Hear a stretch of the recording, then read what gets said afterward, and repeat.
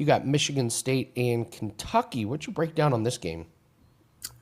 Well, Andy, I love college basketball, but I love college football even more. So prior to the college football season, I scout all the teams. I know who all the projected starters are and the head coaches and all the movement and the personnel changes. I don't have time to do that in the middle of November, in the middle of football season for college basketball. So I'm kind of learning on the fly. We're 3 games into the season, so it's difficult. So I usually I tread lightly with the college hoops at this time of year. A lot of times I focus on totals.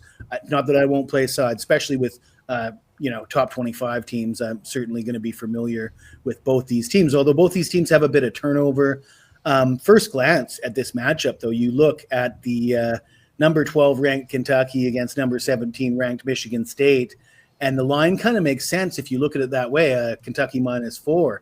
But you look at the KenPom rankings, and you got Kentucky ranked number 4 and Michigan State ranked number 33. And at that point, Kentucky -4, 4.5. Last I looked, there was some 4s available on the board. It really looks like an advantageous bet for the Wildcats.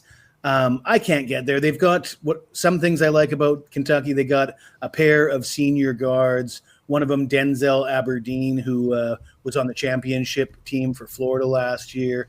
He was a backup, but he played 20 minutes a game, was a pretty big part of the team. And then you've got a returner, Otega Owe, senior guard that averaged 16 points per game for Kentucky last year. So they're really solid at the guard position. They got a highly touted freshman center, Malachi Moreno.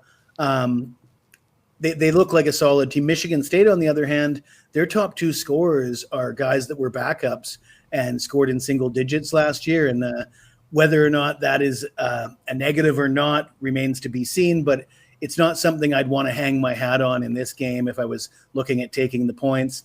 But as I mentioned, it's going to take more than a 3 or 4 game sample size for me to really get a handle on betting sides in college basketball. So I'm going to look at the total.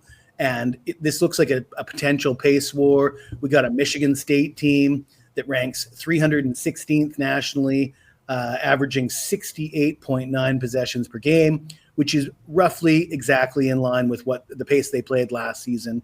And then we've got a Kentucky team that ranks 145th, averaging 74.2 possessions per game, also roughly in line what they averaged last season. So that gives us a pretty clear idea of the pace that this game is going to be played at. And you look at the previous history between these two teams. At the last meeting, 88-87 in overtime, but in regulation, the score was tied 62-62. And the last 3 meetings between these teams, none of those 3 games reached 140 combined points. The total here sits at 153.5.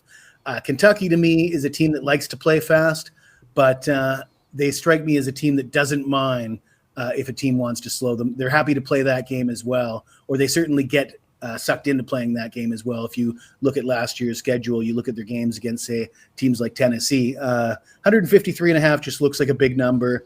I think Michigan State's going to try and muddy this up a little bit and keep it under 150. So we'll take the under in this spot, Andy. Nice.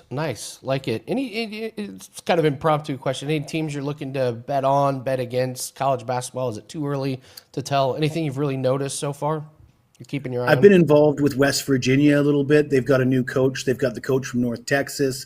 And obviously he likes to play slow, great defense.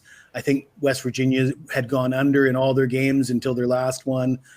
You're going to see a lot of low-scoring games involving West Virginia this year. I've already cashed in a few unders with them, so that's one team I've been looking at early. Stuff. It's $5 Tuesday. What do you have up today?